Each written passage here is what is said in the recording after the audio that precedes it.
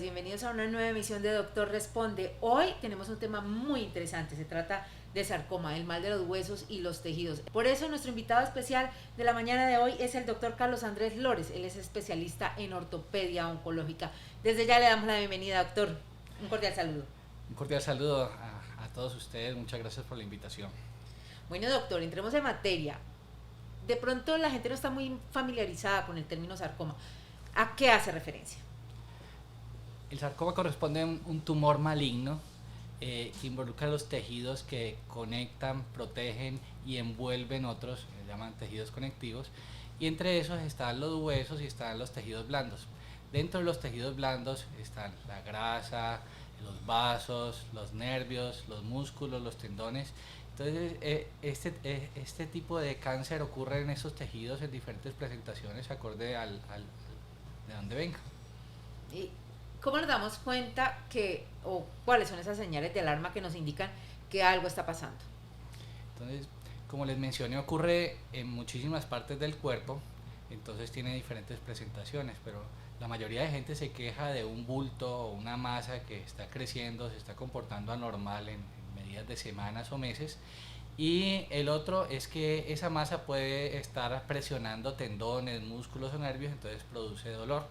Si se produce en el hueso, también pues, puede producir deformidades, fracturas o dolores óseos que con el paso del tiempo no mejoran, entonces hay que sospechar que tengas alguna condición de este tipo. Bueno, ¿y ese dolor tiene alguna particularidad? Porque por lo general todos sufrimos de dolores, entonces ya eso es como alarma. Eh, Correcto, no, un dolor que ocurre súbito a nivel esquelético pues no debe ser un motivo de preocupación por tumor, hay muchas otras razones que van antes de pensar en una condición pues tumoral, eh, pero cuando ese dolor ocurre en la noche, cuando no mejora con el paso del tiempo o se va deteriorando y asociado puedes notar que está creciendo un bulto, pues es una razón de consultar. Bueno, por acá ya tenemos algunas preguntas y nos dicen, antes de la resección quirúrgica, ¿se podrían embolizar los osteosarcomas? La respuesta es sí. Eh, digamos que algunas veces la embolización ayuda, sobre todo, más que control de tumor, ayuda para que no sangre durante la resección quirúrgica. Entonces, por ejemplo, si está localizado a nivel de la pelvis, el sacro, tiene sitios difíciles o algunas variantes de osteosarcoma son muy vasculares. Entonces, la respuesta es sí, aunque no es el estándar, pero sí puede ser de utilidad hacer embolizaciones previas. Acá hacemos referencia a esto, doctor, porque esta pregunta es bien específica, de pronto la gente que está escuchando no entiende muy bien. Eh, la embolización son intervenciones en las cuales los vasos que nutren el tumor se obstruyen de alguna manera, entonces esto lo hace lo hace un radiólogo intervencionista y tapa los vasos que nutren el tumor y de esa forma cuando se va a resecar estos tumores sangran menos. Bueno, dicen, ¿hay alguna manera de evitar reapariciones? Claro que sí. La, la idea es que desde un principio el paciente esté bien tratado para que se eviten ese tipo de complicaciones. Eh, la cirugía es el pilar del tratamiento de los sarcomas, pero con frecuencia, dependiendo del tipo histológico, si compromete huesos, si compromete tejidos blandos, del grado de diferenciación, si es de un alto grado o de bajo grado, eso lo que nos permite ver es el patólogo, decirnos si es un tumor que tiene unas características histológicas que lo hacen más susceptible de hacer metástasis o no, o algunos de esos tumores también tienen más susceptibilidad a recurrir localmente, entonces se ayuda además de la cirugía con otras opciones de tratamiento. Esas otras opciones incluyen la quimioterapia y la radioterapia. En sarcomas de tejidos blandos, por ejemplo, en los sarcomas de alto grado, el estándar es la cirugía, pero con mucha frecuencia en los tumores de alto grado se ayuda con radioterapia. Nos preguntan también por acá, dicen, ¿por qué se dice que después de haber sido tratado de un cáncer hay 5 años en los que se debe tener mayor cuidado por recaídas? ¿De qué depende ese tiempo? Pues en realidad esos tumores se siguen por mucho más tiempo que 5 años. pero estadísticamente en oncología, digamos, ese número se ha utilizado como un medidor y en variables pronósticas. No necesariamente tiene que ser que pasaron 5 años y un día para que haya un gran cambio. Por ejemplo, en sarcoma hay una gran diferencia en los pacientes que no tuvieron ni complicaciones locales ni sistémicas durante los 2 primeros años. Cuando pasaron los 2 años de tratamiento y el paciente no ha tenido ningún tipo de estas complicaciones, ese dato hace que con mucha frecuencia los años siguientes sea el riesgo mucho menor de que tenga una recaída. Nos preguntan además si este es un cáncer hereditario. Eh, si tiene factores hereditarios, hay algunos subtipos entre los sarcomas que pueden tener variables hereditarias dentro de los factores de riesgo. Es supremamente raro que esto ocurra, ¿ya? Entonces no se debe pensar que porque uno tiene un sarcoma hay una influencia, digamos, hereditaria. Sí hay factores genéticos más que hereditarios. Ya ahora, presentaciones muy raras asociadas a síndromes genéticos sí están descritas, pero no es lo usual. Entonces, ¿cuáles son esas causas, doctor? ¿Por qué se generan este tipo de estos sarcomas? Desafortunadamente, en la mayoría de los casos no hay una causa, digamos, fuerte que te diga este paciente hizo ese tumor por esta razón. Entonces, digamos que en ese sentido es algo de suerte o lotería. Sí hay factores de riesgo, como alguien que haya recibido radioterapia muchos años antes. Hay tumores que se terminan diferenciando de esas secuelas de radioterapia y terminan produciendo otros tipos de tumores como sarcomas. También están descritos algunos factores como virus, el virus de inmunodeficiencia humana. Estos pacientes hacen algunos tipos de tumores, ¿ya? También es otro factor de riesgo. ¿A qué tejido suele afectar con mayor frecuencia? Eh, en cuanto a los tejidos, son los tejidos que conectan, envuelven y dan estructura al cuerpo. Entonces, entre esos están los huesos, y dentro de los tejidos blandos están la grasa, los músculos, el revestimiento muscular de los vasos sanguíneos, los nervios, el cartílago. Esos son los más frecuentes. Doctor, ¿y qué tanta frecuencia tiene este tipo de tumores? ¿Con qué tanta frecuencia se presentan en la población? Esos tumores corresponden a menos del 1% de todos los tumores malignos. Lo que quiere decir es que son muy raros. Y además de que son raros, tienen una gran variabilidad en los subtipos histológicos. Nada más los sarcomas de tejidos blandos tienen más de 50 subtipos. Doctor, entonces eso en términos de tratamiento y en términos de poderlo curar, ¿qué nos arroja? Digamos que lo más frecuente en el tratamiento de los sarcomas es la cirugía, pero acorde a los subtipos y el grado histológico se puede ayudar de otras opciones terapéuticas, entre las cuales están la quimioterapia y la radioterapia. Entonces, el éxito del tratamiento de estos tumores va a depender de que tengas tenga muy bien descrito qué subtipo histológico es y que tengas un equipo de trabajo que no sea solamente el cirujano, sino que involucre también las otras especialidades que son los oncólogos. Estos tumores ocurren en niños o en adultos, entonces puede ser el hematoncólogo pediatra o hematoncólogo adultos y el oncólogo radioterapeuta. ¿En qué se diferencia, por ejemplo, nos preguntan, de otro tipo de cáncer? Es buena pregunta. Los sarcomas se diferencian de otros tipos de cáncer como los carcinomas en los hallazgos histológicos. Básicamente la diferencia depende de dónde provienen o su origen embrionario. Entonces los sarcomas vienen de un origen embrionario que finalmente va a producir el tejido conectivo.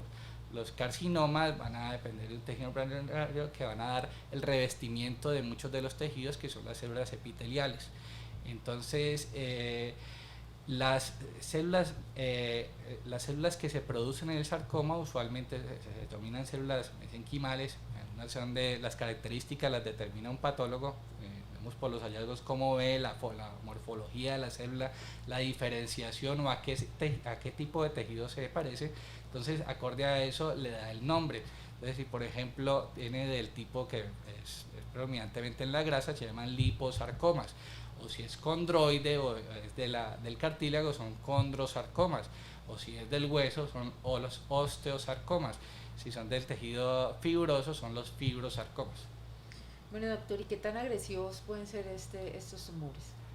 Esos tumores pueden llegar a ser es una presentación variable, pero pueden llegar a ser muy agresivos y puede producir finalmente metástasis y la muerte del paciente. Por eso se consideran condiciones que deben ser tratadas con cuidado y que deben ser vistas por los diferentes especialistas para poder dar el mejor pronóstico posible. Bueno, aquí vuelve a formularnos una pregunta que ya lo hablamos, pero creo que es pertinente reformularla. ¿Cuáles son esos síntomas de alarma? Para pronto la gente que apenas está llegando a la sintonía de nuestro doctor responde. Lo que deben estar alerta es si se presenta un bulto o una masa que lleva meses y que ha ido aumentando de tamaño en ese tiempo. Usualmente estas lesiones mayores de 5 centímetros y cuando son profundas deben ser estudiadas con cuidado, no solamente con observación, sino con un estudio pertinente. Entonces, una razón suficiente de consulta es una masa que esté creciendo o esté cambiando de tamaño, y otra razón es cuando ya está más grande, puede producir compresión o puede producir dolor de todas las estructuras que están alrededor. Nos preguntan, dice, quiero saber si además de los controles es recomendable hacer un PET para validar que no haya metástasis en ningún otro órgano o hueso. El PET tiene utilidad, digamos, es un estudio avanzado para estadificar los tumores, ¿ya? Entonces, en algunas de los subtipos tiene indicación como seguimiento, y en otros es más débil y se utilizan otros tipos de estudios como una tomografía de tórax o una tomografía de tórax, abdomen y pelvis. Entonces va a depender más del tipo de tumor que tengas y la intención con la cual se realiza el estudio para mirar si hay una recaída o hay una sospecha de una masa, y si esa masa tiene una actividad o no acorde a lo que se utilice con el PET. ¿Hay algún tipo de examen que se pueda hacer periódicamente, doctor, que sea como esa prevención, como eso que nos genere pues el cuidado, o voy a hacerme estos chequeos para poder saber si no tengo algún tipo de sarcoma? No hay un laboratorio o una imagen de screening en sarcoma, o sea, para identificación como lo preguntas. Lo que puede ayudar es estar atento en una masa que esté cambiando de tamaño o en un dolor inusual que no ha mejorado en el tiempo, que a pesar del reposo no tiene, digamos, asociación con trauma, y que le preocupe al paciente, que le llama la atención que no lo haya tenido, es una razón de consulta. Dicen por acá, Isabel Cristina Megar, ¿la osteopenia y la insuficiencia de vitamina D pueden ser antecedentes? No, no están relacionados. La osteopenia y la insuficiencia de vitamina D lo que pueden generar son fracturas. Entonces, que es, digamos, son factores de riesgo para eventos esqueléticos adversos, pero no para condiciones oncológicas. Bueno, por acá tiene un saludito, doctor, además de A Cada Vida. Dice, gracias al doctor Lores tuve una segunda oportunidad de vida. Muchísimas gracias, envío un saludo especial y gracias por la mención. Bueno. Doctor, ¿uno podría decir que este tipo de cáncer, estos tumores se asocian a determinados estilos de vida o que pueden prevenirse con determinados estilos de vida? También es una muy buena pregunta. La verdad, los estilos de vida no solamente pueden ayudar a prevenir condiciones oncológicas, sino de todo tipo de patologías cardiovasculares o énfasis en la parte nutricional. Si hay algo que esté, digamos, directamente relacionado, la respuesta es que no hay una evidencia que te diga que ese tipo de alimentos puede terminar generando determinado tipo de tumores.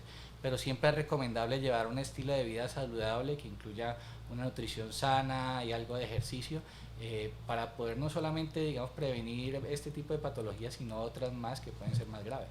Y una vez está diagnosticado, doctor, ¿hay alguna manera de que podamos como ayudarnos, además del tratamiento que estamos recibiendo médico? Eh, pues la mejor decisión siempre va en una consulta temprana, por supuesto, y escoger un centro en el cual se cuenten con todas las opciones de tratamiento. Como les digo, son tumores infrecuentes que a veces tienden a ser confundidos con otras condiciones tumorales. Entonces es frecuente que tenga que revisar la patología por un patólogo especialista en esto y que tenga una experiencia suficiente para poder diferenciar, y las diferencias son bastante sutiles, entonces requieren de experiencia. Y la otra es que se tenga un equipo de trabajo en el cual digamos, caso por caso se esté revisando y se escoja qué es lo mejor en el antes de cualquier evento quirúrgico y en el después en su seguimiento. Se hablaba de que hay diferentes tipos, doctora. ¿Hay alguno que de pronto sea más agresivo, hay otro que sea más controlable? Eh, sí, los tumores de alto grado son más agresivos, llámese de la parte de huesos o de la parte de tejidos blandos. El riesgo de que estos tumores evolucionen o progresen a enfermedad metastásica es muchísimo más elevado que los tumores de bajo grado. Los tumores de bajo grado usualmente se pueden controlar con cirugía y el porcentaje de curación es bastante alto. A pesar de que cuenten con las mejores herramientas, los tumores de alto grado pueden terminar recurriendo o pueden producir metástasis. Nos pregunta Ángela a través de Facebook, después de terminar el tratamiento, ¿cuánto tiempo debe pasar para que un paciente pueda decir que está curado? Eh, en realidad el término de curación en enfermedad oncológica es algo complejo. Eh, Uno con frecuencia dice que los pacientes que sobrepasaron los 5 años posterior a tratamiento y no han tenido recaídas, pues están en una remisión de su enfermedad. Más el riesgo de que vuelva a aparecer siempre está, digamos, está presente. Hay pacientes que han tenido, digamos, casos de sarcomas y pueden evolucionar por décadas y volver a aparecer la condición. Entonces, aunque el riesgo es muy bajo, siempre deben estar en seguimiento. Tenemos más preguntitas por aquí, dice Joana Rodríguez, si es a nivel de hueso, en este caso osteosarcoma, ¿cómo detectarlo? Normalmente en las condiciones de hueso, el paciente se queja de dolor inicialmente y posteriormente, dependiendo del sitio en donde está, pues puede producirse una tumoración o una masa. Pero el dolor es la sintomatología más frecuente porque el tumor hace más frágil el hueso. Entonces ocurre un dolor mecánico cada vez que el paciente asienta el miembro inferior o le da una descarga de peso, pues se genera dolor a ese nivel. Pero hay sitios en los cuales pues no hay tampoco una mayor descarga o una transmisión de peso como en miembros superiores. Entonces puede depender más de que algo esté creciendo. Y hay otras localizaciones difíciles como la pelvis o la columna, en la cual usualmente terminan encontrándose solamente cuando hay lesiones muy grandes, pues porque para que se manifiesten ahí en esa localización el tumor tiene que ser grande para producir síntomas clínicos. Doctor, y digamos que puede ser también algo silencioso. Sí, a eso me refiero. Con frecuencia hay algunos tipos o algunas variables de tumores que no se encuentran sino cuando ya están bastante grandes o avanzados. Más que depender de la histología, va a depender de la localización. Entonces, por ejemplo, a nivel de la pelvis, como son estructuras profundas, Entonces el paciente tiene una sintomatología muy bizarra, puede tener algo de molestias abdominales o un dolor incipiente sobre su cadera.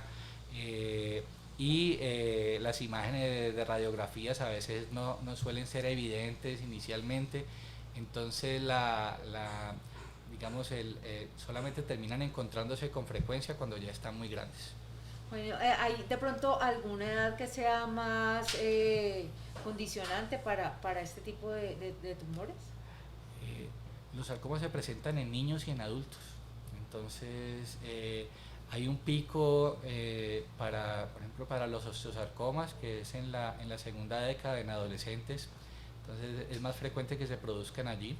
Y hay otro pico de incidencia en pacientes adultos mayores, en los cuales usualmente está asociado a algunas condiciones como la enfermedad de Paget, es que se produce un hueso muy escleroso, y ahí tiene una influencia genética, pero es porque se diferencian de otra condición y terminan haciendo un tumor maligno. ¿Hay algunas recomendaciones, doctor, que podamos darle a la gente, no solo para que estén alertas, sino también pues como para que tratemos o se puede prevenir, no se puede prevenir este tipo de tumores? No, realmente no hay algo que dé fuerza y que diga que algún tipo de actividad previene los sarcomas. Pero una atención, digamos, pronta, cuando se encuentran más pequeños, son por supuesto más resecables, y tratar de acudir temprano, sobre todo si uno nota algún cambio o una masa en su cuerpo. Porque aquí nuevamente nos están preguntando precisamente por eso, doctor.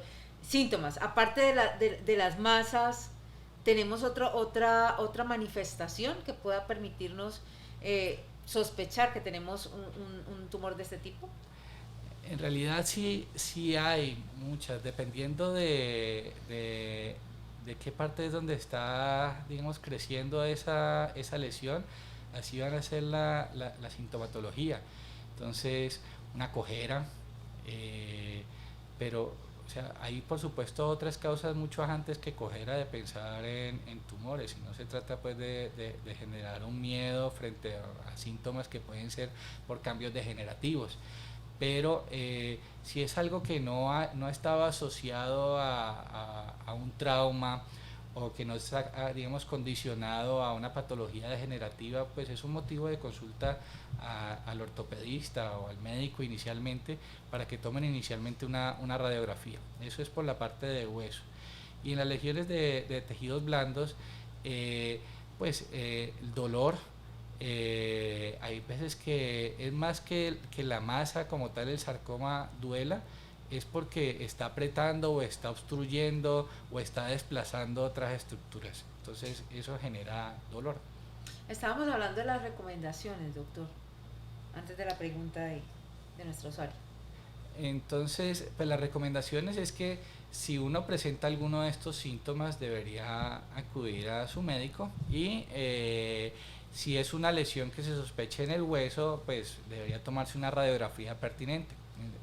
Hay, como les mencioné, en niños ese tipo de tumores ocurre, entonces que no tiendan a confundirse con los llamados dolores de crecimiento, en los cuales son también frecuentes, pero si ese dolor está asociado a una hinchazón o algún tipo de localización que esté creyendo que está creciendo una masa asociada, debe consultar inmediatamente. Cuando eso ocurre, o cuando hay una sospecha de una condición oncológica, particularmente en niños, se considera una urgencia y deben ir urgente a la clínica. Y con eso tomar una radiografía, sino pensar simplemente, no, eso es un dolor de crecimiento y ya va a pasar. Si le estás dando el tiempo, si ese dolor está creciendo o está empeorando en el tiempo, o si notas algún cambio particular en la extremidad, debería consultarse. Nos preguntan, ¿son normales los fuertes dolores después de los tratamientos? Pues la verdad no deberían estar ocurriendo de una forma tan fuerte, pero caso por caso va a depender de qué es lo que ocurrió, o qué tipo de cirugía o qué tipo de tratamiento se practicó. El tratamiento de los sarcomas, como les mencioné, lo más frecuente es cirugía. Eh, a diferencia de hace décadas, la mayoría de las cirugías que se practican se llaman cirugías de salvamento de extremidad. Entonces, anteriormente no había una solución quirúrgica diferente a hacer, por ejemplo, amputaciones. Pero pues ahora eso es raro que ocurra y más del 90% de los pacientes se pueden operar sin necesidad de hacer algún tipo de resección, digamos, tan ablativa como una amputación. Eh, pero digamos hay secuelas que puedan generar cualquiera de estas intervenciones, entre las cuales está dolor. Eh, por otra parte, los otros tratamientos también pueden generar secuelas, la radioterapia entre esos, y pues la quimioterapia también puede tener efectos adversos a nivel sistémico.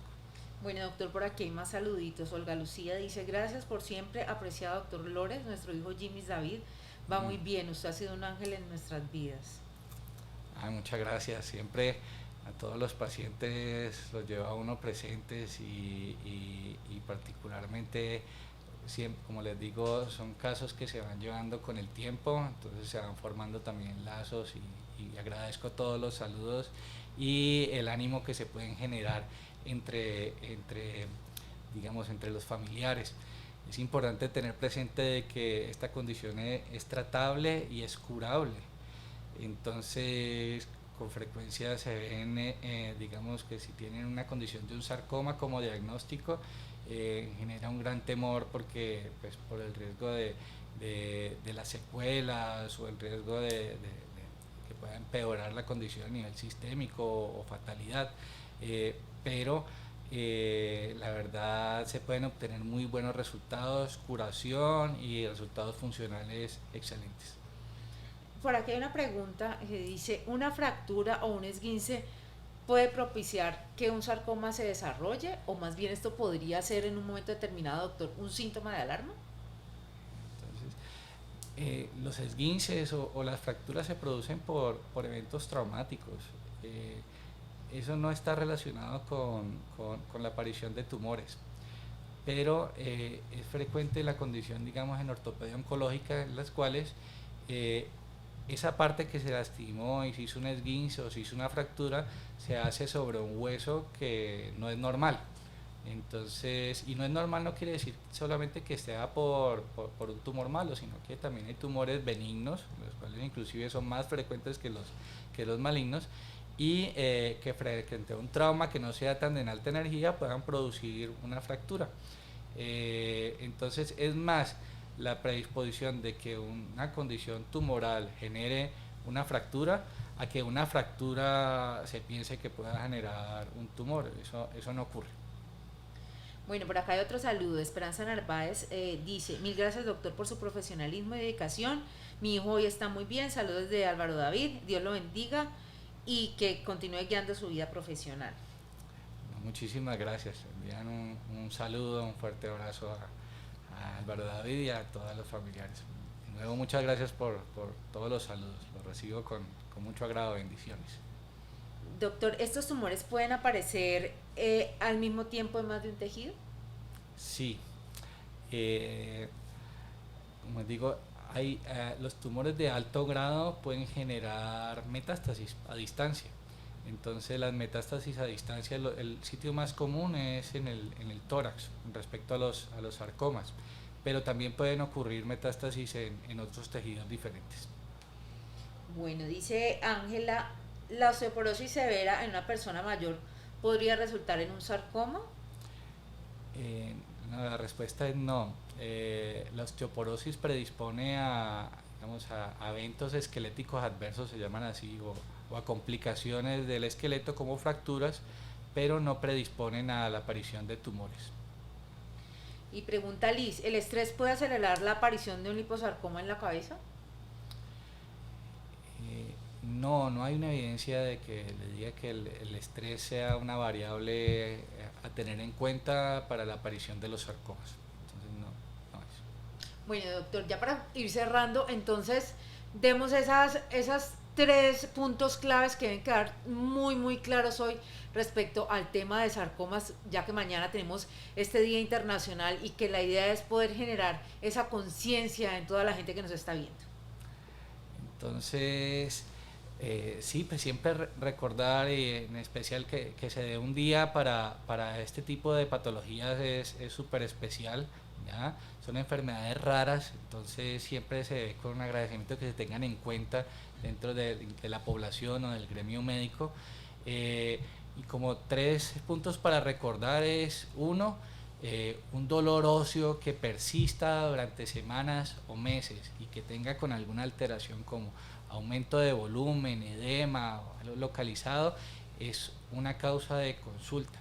No debe pensarse siempre que los dolores de crecimiento en niños sean pues por su mismo crecimiento, sino que si son lesiones que son, digamos, condiciones que están empeorando con el tiempo, amerita la toma de algún estudio como una radiografía.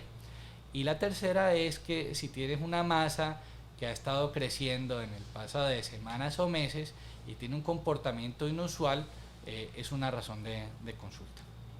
Bueno, doctor, ya dijimos que íbamos a cerrar, pero por acá hay un comentario de Edith. Ella dice: yo soy paciente de CA, la radiación me tiene con muchas dificultades de salud y me hacen filtraciones y bloqueos. Ella está atendida en otra institución.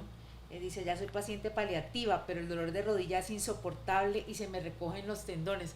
¿Qué podríamos aconsejarle a Edith, doctor?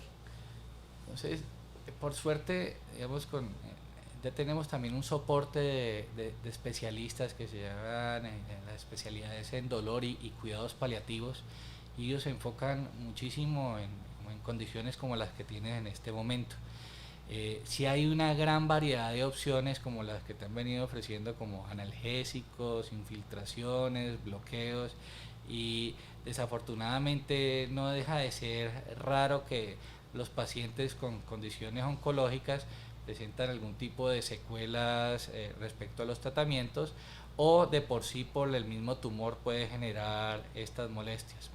Entonces, cuando el especialista en dolor revisa el caso, revisa imágenes, algunas veces nosotros realizamos intervenciones para mejorar el dolor, pero se debe ver caso por caso.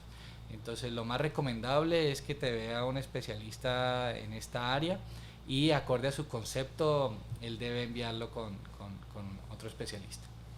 Bueno, doctor, hay algo, y es que no siempre pues los desenlaces son buenos.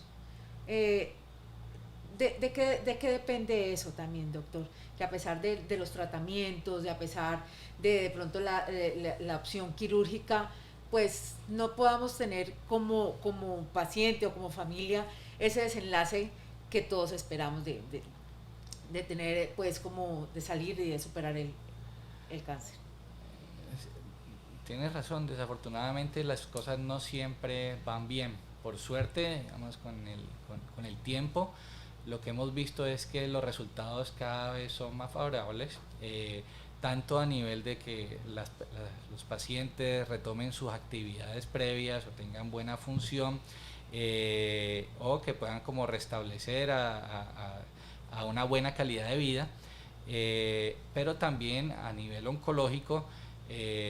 Algunos de estos casos pueden evolucionar a enfermedad metastásica y a su vez a fatalidad. Eh, ¿De qué va a depender? Pues en su mayoría va a depender del comportamiento biológico del tumor, más que de por sí del tratamiento, ¿ya? Algunos tipos de tumor se hacen resistentes a los tratamientos. Entonces, cuando una quimioterapia o un tratamiento sistémico ya no funciona, pues se pasa a una segunda línea. Y lo segundo, cuando la presentación del tumor ha sido avanzada, eso es un factor pronóstico también. Es más difícil, digamos, hacer una intención curativa, por supuesto, en un paciente que tenga una enfermedad metastásica, en aquel que no es metastásico. En aquel que no es metastásico, en una gran proporción esos pacientes van a poder ser curados. Y en aquel que tiene metástasis va a depender mucho de que la biología del tumor, digamos, los tratamientos que se ofrezcan permitan dar unos buenos resultados sobre eso. Entonces, y no es fácil saber cuál de los pacientes va a tener un buen resultado y cuál no. Digamos que puede ser incierto. Sí, solamente es como confiar en que las cosas que esté recibiendo sean las adecuadas. Uno de los puntos más valiosos es que los tiempos de tratamiento se cumplan. Usualmente en sarcoma es una combinación de tratamientos, entonces que reciba quimioterapia, si recibe cirugía en el momento en que la tenga que recibir, o deba restablecer su tratamiento en los momentos que lo deba recibir y lo haga, digamos, pertinentemente. Bueno, no sé si esto es después de una cirugía, me dicen, un implante de hueso en la cadera que se vaya absorbiendo por el cuerpo tendría que ser reemplazado a futuro.